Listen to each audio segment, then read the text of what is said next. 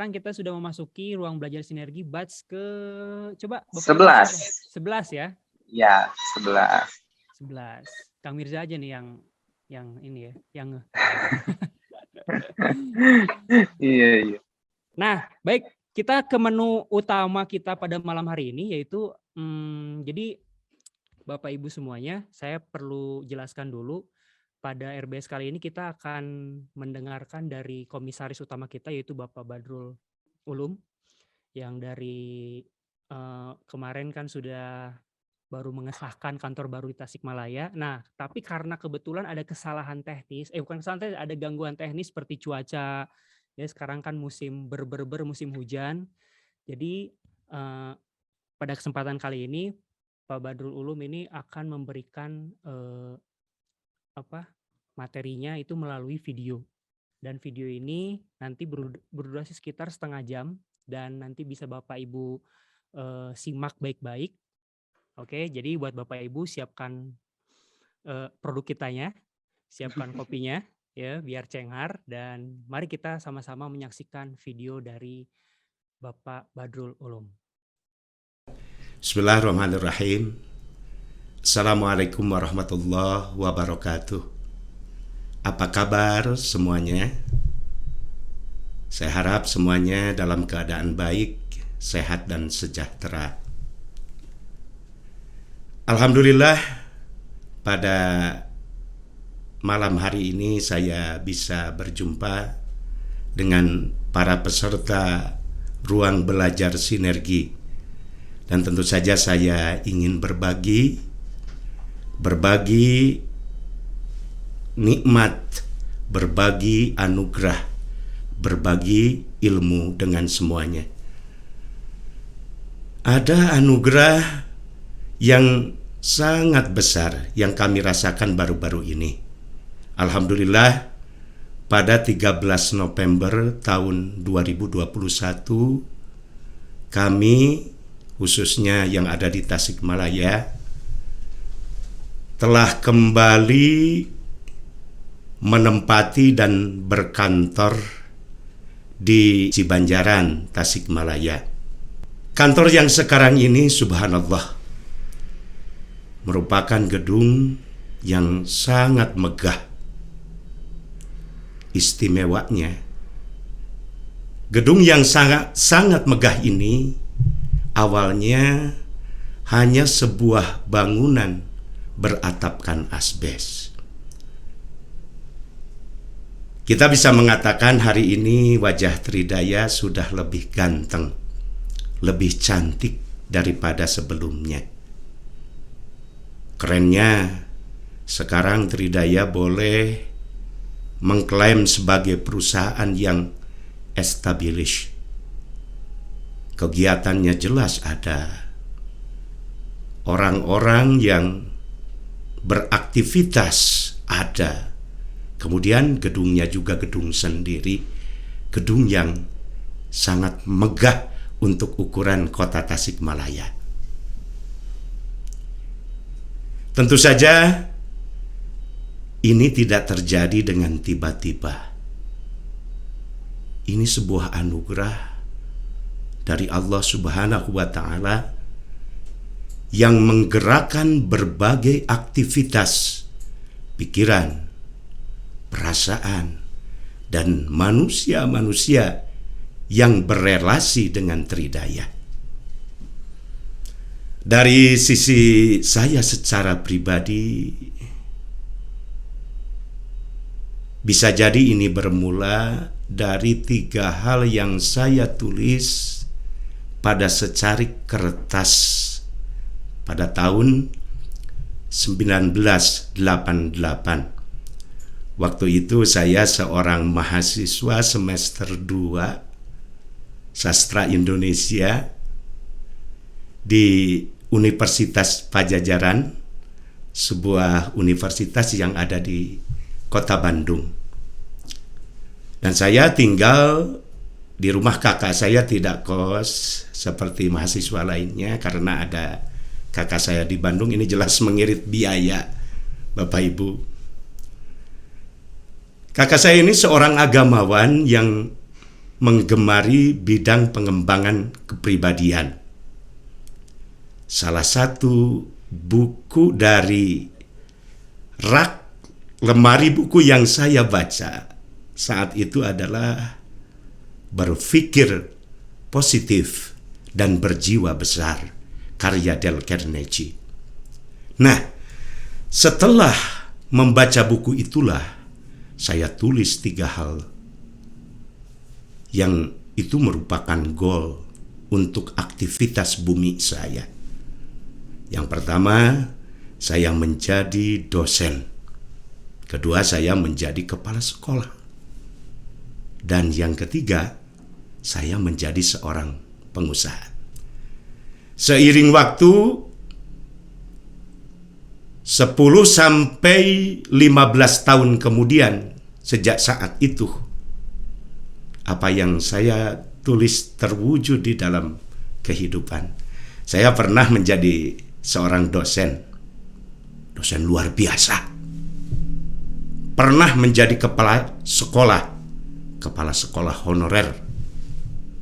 Kemudian alhamdulillah, saat ini saya seorang pengusaha.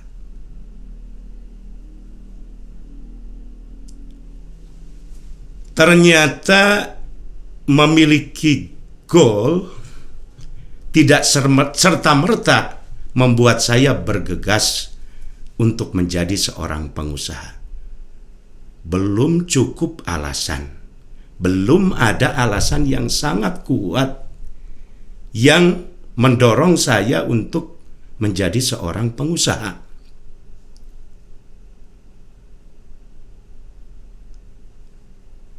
Ini memang sesuatu yang dapat dikatakan bahwa alasan itu sangat perlu untuk mendorong seseorang meraih goalnya. Saat itu malah saya sering bertanya-tanya, apakah justru dengan menjadi seorang pengusaha, saya menjerumuskan diri ke dalam banyak masalah di kelak kemudian hari? Tidakkah dengan menjadi pengusaha yang sangat dekat dan identik dengan kekayaan, dengan harta, itu akan membuat hisaban lebih berat di akhirat? Perlu Bapak Ibu maklumi bahwa sejak lahir saya sudah bergelar BA. Itu orang Sunda bilang BA itu budak ajengan, putranya seorang ustadz, putranya seorang kiai. Artinya saya lahir dan bertumbuh di lingkungan pesantren tradisional, sehingga sangat wajar pikiran remaja saya saat itu memandang harta kekayaan dengan keliru. Ada mental block, ada penghalang di dalam diri saya untuk menjadi seorang pengusaha yang identik dengan kekayaan. Hal ini berlangsung cukup lama sampai ada sebuah kejadian yang betul-betul mengubah cara pandang saya terhadap kekayaan. Suatu hari ayah saya yang ajengan tadi di penghujung usianya, Allahumma gfirlahu warhamhu wa'afihi wa'afu anhu, beliau ajak saya ke pondok atau asrama, itu kebetulan asrama putra, yang kalau ibu bapak tahu penampilannya sudah sangat renta, cat-catnya sudah terkelupas, kayu-kayunya sudah lapuk, karena dulu bangunan pondok itu didominasi oleh kayu. Orang sana menyebutnya kobong kayu, sudah sangat renta. Beliau saat itu berkata, "Lum," biasa memanggil saya Ulum, tidak Badrul, karena Di keluarga saya badru itu banyak, ada 4, jadi saya salah satu badru di antara 4 badru. Sambil menunjukkan lokasinya, pondok tua ini harus diganti dengan pondok yang baru. Artinya memang harus dibangun lagi pondok yang bagus. Saat itu saya hanya berani menjawab, insya Allah Pak. Saya bilang, memanggil ayah saya itu apa? Insya Allah Pak, doakan saja saya. Padahal di dalam hati betul-betul bingung. Dari mana saya mendapatkan dana yang pasti sangat besar. Biayanya pasti sangat besar untuk membangun pondok tersebut. Walaupun pondok tidak panjang tapi tetap saja besar. Nah, semenjak itulah saya bertekad untuk menjadi pengusaha, bertekad untuk mengakrabi harta kekayaan. Karena memang saya perlukan itu. Perlu Bapak Ibu ketahui, saya ini termasuk orang yang pemalu, kalau bukan penakut, untuk meminta bantuan orang lain. Sehingga ya akhirnya muncul dalam hati saya sendiri yang harus membiayainya. Saya sendiri yang harus mendapatkan harta untuk membiayai pembangunan tersebut. Bapak Ibu yang sangat saya cintai, Gol sudah punya alasan yang kuat, sudah ada, tapi tetap saja masih ada keraguan-raguan di dalam hati saya. Bisakah saya menjadi pengusaha yang sukses? Ataukah ini hanya angan-angan belaka? Memang wajar muncul pertanyaan itu karena dari latar belakang pendidikan yang jelas saya itu sastra. Ya, orang sering berpikir kalau sastra itu bukan menjadi pengusaha, itu jadi sastrawan, jadi penyair, jadi kritikus sastra. Ini latar belakang pendidikannya sastra, tapi goalnya pengusaha. Jadi jauh panggang dari api. Apalagi kalau dihubungkan dengan rekam jejak kehidupan saya. Hampir tidak ada hal yang mendekatkan saya kepada bisnis. Nah, inilah yang masih membuat saya ragu-ragu sampai suatu saat ada seseorang yang memaksa saya untuk punya keyakinan. Beliaulah orang yang menarik saya ke dalam dunia bisnis. Rekam jejak bisnisnya sangat luar biasa. Saya tahu sejak masa kanak-kanak beliau itu sudah menjadi pedagang yang hebat. Beliau menjual makanan ringan, penganan, yang kebetulan pemasoknya kakak perempuannya sendiri. Dan apapun yang dibuat itu selalu ludes terjual di tangannya. Luar biasa memang beliau itu. Nah, pada saat kuliah, malah beliau menjadi salah satu tenaga marketing yang sukses untuk perusahaan mobil nasional saat itu. Ada yang tahu mobil merek Timor? Ya, saat itu itulah mobil nasional kita. Beliau sukses di situ. Dan tidak berhenti sampai di sana. Beliau pun merupakan seorang perintis bisnis kartu perdana, kemudian handphone di kota Bandung ini. Ya, beliaulah perintisnya untuk kantor-kantor yang ada hari ini. Sepertinya sudah ada yang mulai menerka-nerka siapa beliau ya. Ya, betul. Beliau adalah adik kandung saya sendiri, Bapak Badrul Muttaqin, yang sekarang CEO PT Tridaya Sinergi Indonesia. Yang terpenting dari beliaulah saya kenal formula yang sangat hebat. Formula anti gagal. Tidak ada gagal. Yang ada hanya belajar dan sukses. Saya tahu, saya menyaksikan sendiri berkali-kali beliau terjatuh dalam bisnis, tapi tidak pernah menghentikan beliau untuk berbisnis. Seperti anak-anak yang masih belajar berjalan kemudian terjatuh, tapi itu tidak membuatnya jerak untuk terus belajar berjalan. Dan kita tahu pada akhirnya anak-anak itu akan mahir berjalan tanpa sering terjatuh lagi.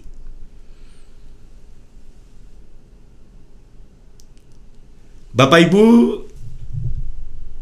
yang saya cintai, ada goal, ada alasan yang kuat, kemudian ada keyakinan. Nah, keyakinan terhadap formula anti gagal inilah yang membuat saya bertekad untuk memulai belajar, bergaul, bekerja sama dengan orang-orang yang terbaik pada bidangnya. Saya memang bukan seorang ahli multi level. Saat itu rekam jejak saya jelas tidak akan ada di dunia multi level. Pasti orang mencibir ketika saya membuat perusahaan networking.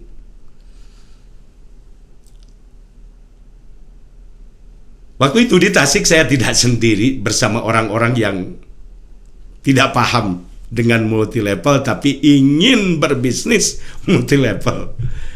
Saya waktu itu bersama Pak Asep Asrul Alim, kemudian Pak Edi Supriyadi, ada juga almarhumun Bapak Iwan Ridwan, kemudian ada Pak Endang Aap, ada Pak Abu Zar. Kami semua bukan ahli multi level, bahkan bukan pebisnis. Pebisnis itu barangkali hanya Pak Edi. Tapi kita punya kesamaan, kita ingin belajar berbisnis, kita ingin mahir berbisnis. Dan alhamdulillah Allah permudah tekad kami dengan didatangkannya, dengan bermunculannya, datang silih berganti, datang pergi silih berganti orang-orang yang telah menjadi pelaku di dunia multi level. Dari merekalah kami belajar banyak. Kemudian secara internal saya pun beruntung sekali karena bisa bekerja sama dan belajar dari orang-orang yang ahli pada bidangnya. Dan lebih daripada semua itu, saya sangat beruntung karena PT Tridaya Sinergi Indonesia telah dan masih dipercayai oleh Bapak Ki Haji Raden Abdul Malik, peracik terbaik dari produk berkualitas. Dan tentu saja kami banyak belajar dari beliau. Ada banyak pelajaran langka dan berharga dari beliau. Saya sadar waktu itu saya masih belajar. Tapi itu tidak membuat saya tidak melakukan apapun selain belajar. Saya segera action. Saya melakukan action. Saya merencanakan, saya berdagang, saya merekrut. Karena bagi saya merekrut itu sangat penting. Dan kemudian lebih penting dari itu juga, atau sama pentingnya adalah mengaktifkan orang yang saya rekrut. Dalam pikiran saya, faktor kali itu hanya terjadi ketika kita bisa menduplikasi diri kita. Bisnis saya waktu itu tidak besar, tapi saya yakin akan menjadi besar dengan faktor kali, dengan banyaknya orang-orang yang seperti saya, yang punya passion seperti saya, yang punya gairah bisnis seperti saya, yang memilih bisnis seperti saya. Makanya saya tidak berhenti, dan itu tidak terhalangi karena saya masih belajar, beraksi, melakukan, akhirnya jadi kebiasaan. Lama-lama orang menganggap saya ahli, padahal saya masih belajar terus, saya bukan ahli. Nah, Bapak Ibu sekalian, belajar, kemudian action, itu membuat saya harus tetap peka, karena action saya pada saat saya sedang belajar. Berarti saya harus peka. Apakah aktivitas saya mendukung terhadap terwujudnya goal ataukah tidak? Atau justru sebaliknya? Nah, ini saya peka, saya monitor aktivitas saya. Saya fokus pada aktivitas-aktivitas yang mendorong untuk terjadinya atau teraihnya goal saya.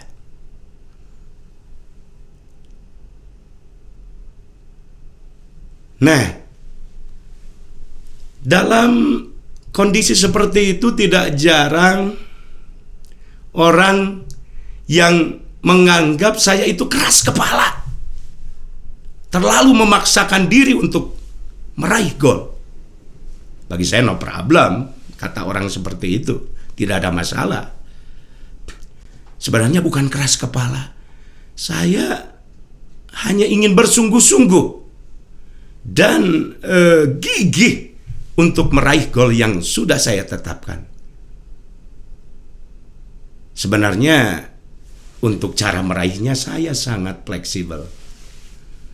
Bapak Ibu tahu beberapa kali marketing plan Tridaya Sinergi Indonesia saya setujui mengalami beberapa perubahan.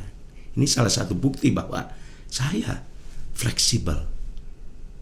Selama itu akan membuat mudah tercapainya goal, saya akan lakukan.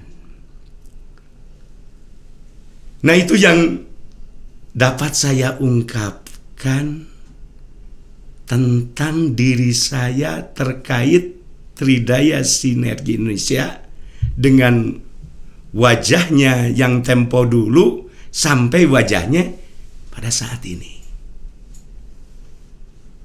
Kalau boleh dibilang ya ini formula saya. Dejavu ini sebetulnya bisa ditemukan di buku-buku. Formula ini saya padatkan dalam sebuah pernyataan atau ungkapan gak baper. G A K B A P per. Apa itu? G, goal. Semua orang harus punya goal, harus punya tujuan, harus punya target, karena goal, tujuan, target ini yang akan mengarahkan aktivitas kita.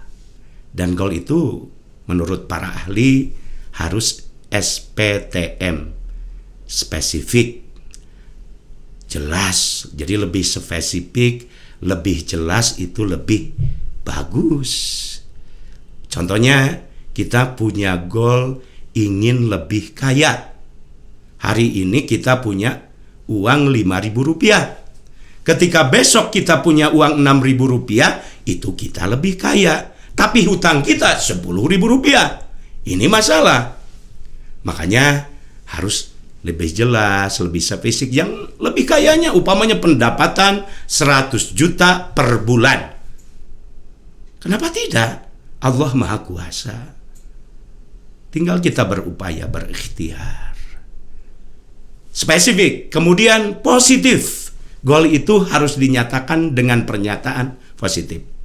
Ini terkait dengan alam bawah sadar manusia, di mana pikiran bawah sadar itu lebih dari 75% dari pikiran manusia.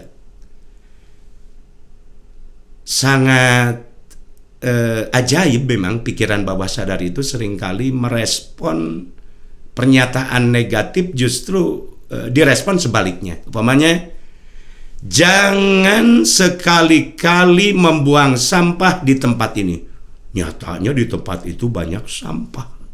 Karena pikiran bawah sadar mengabalnya ya membuang sampah saja yang dibaca oleh pikiran bawah sadar. Jadi goal kita harus positif. Bukan saya tidak ingin miskin, tapi saya ingin lebih kaya. Itu lebih tepat.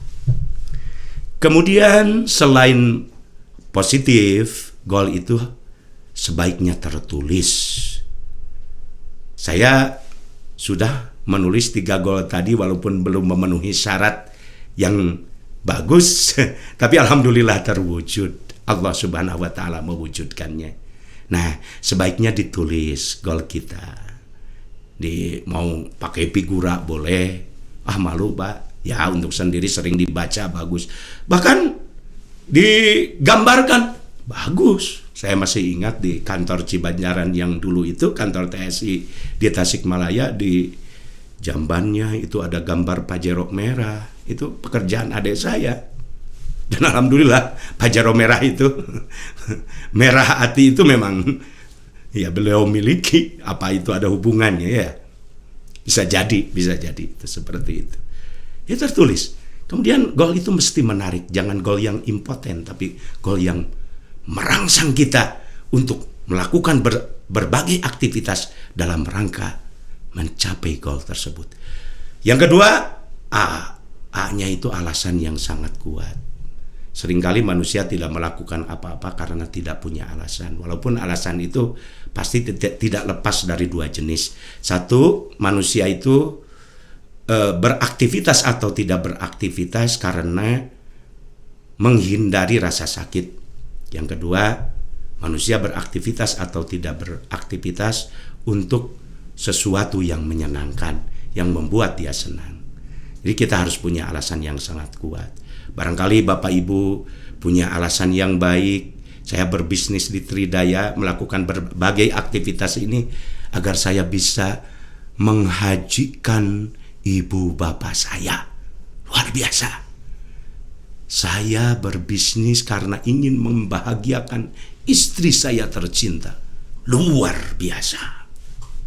Dan alasan-alasan baik lainnya yang betul-betul membuat kita tergerak untuk melakukan aktivitas dalam meraih goal. Alasan yang sangat kuat. Kemudian perlu juga keyakinan. Dan saya sarankan mari kita yakin terhadap formula anti gagal tadi. Tidak ada gagal, yang ada hanya sukses. Tidak ada gagal, yang ada hanya belajar dan sukses. Terjatuh, bangun lagi, lari lagi, jatuh lagi, bangun lagi, lari lagi. Sehingga akhirnya kita tidak sempat terjatuh. Jadi belajar, sukses, belajar, sukses. Kalau ada jatuh-jatuh sedikit, biasalah itu. Kalaupun jatuhnya jatuh lumayan juga biasa itu. Jadi kalau sempat kita melakukan sebuah keputusan di masa lalu, yakini itu keputusan terbaik. Tapi kalau itu keliru, ya wajar.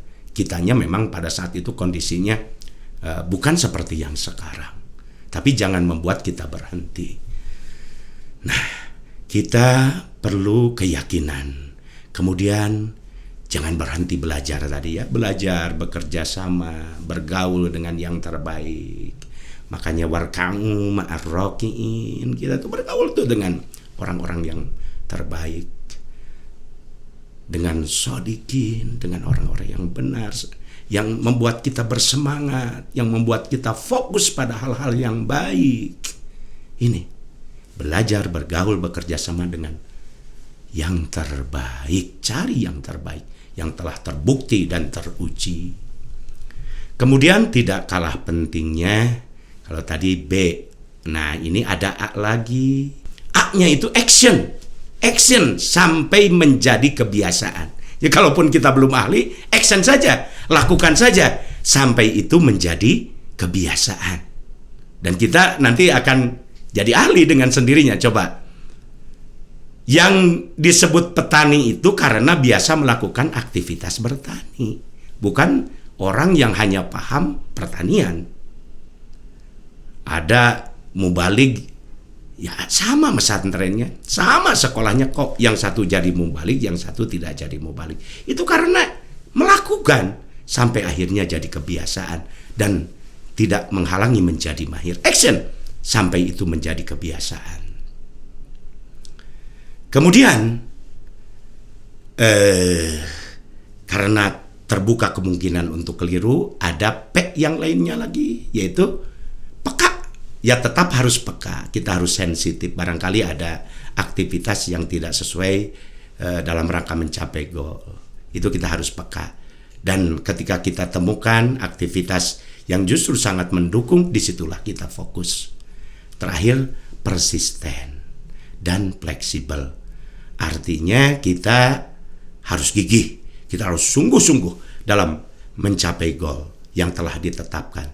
Sekaligus kita fleksibel, adaptif dengan situasi dan kondisi dalam meraih goal tersebut. Caranya sangat fleksibel. Ya, saya sangat senang jika Gak Baper ini menjadi salah satu inspirasi kebaikan untuk Bapak Ibu semua. Terima kasih, itu yang bisa saya sampaikan. Wassalamualaikum warahmatullahi wabarakatuh. Dan mungkin itu saja Bapak Ibu pada malam hari ini saya harus tutup. Terima kasih atas partisipasinya dan juga keseruannya. Saya mendapatkan atmosfernya yang lebih seru nih pada malam hari ini. Apa mungkin karena yang nyampein Pak Komisaris Utama kali ya? Tapi itu mungkin. Nah, buat RBS selanjutnya ditunggu saja di sosial media karena tim kami akan akan segera memberikan memposting promosinya. Jadi buat Bapak Ibu ditunggu ya, karena nanti akan ada video-video eksklusif lagi mungkin yang akan disampaikan pada RBS Jumat depan, itu yang ke-12. Jadi mungkin itu saja dari Pak Purnama. Cukup ya Pak ya? Cukup ya. Sampai jumpa Jumat depan. Iya, sampai jumpa Jumat depan. Selamat malam. Assalamualaikum warahmatullahi wabarakatuh.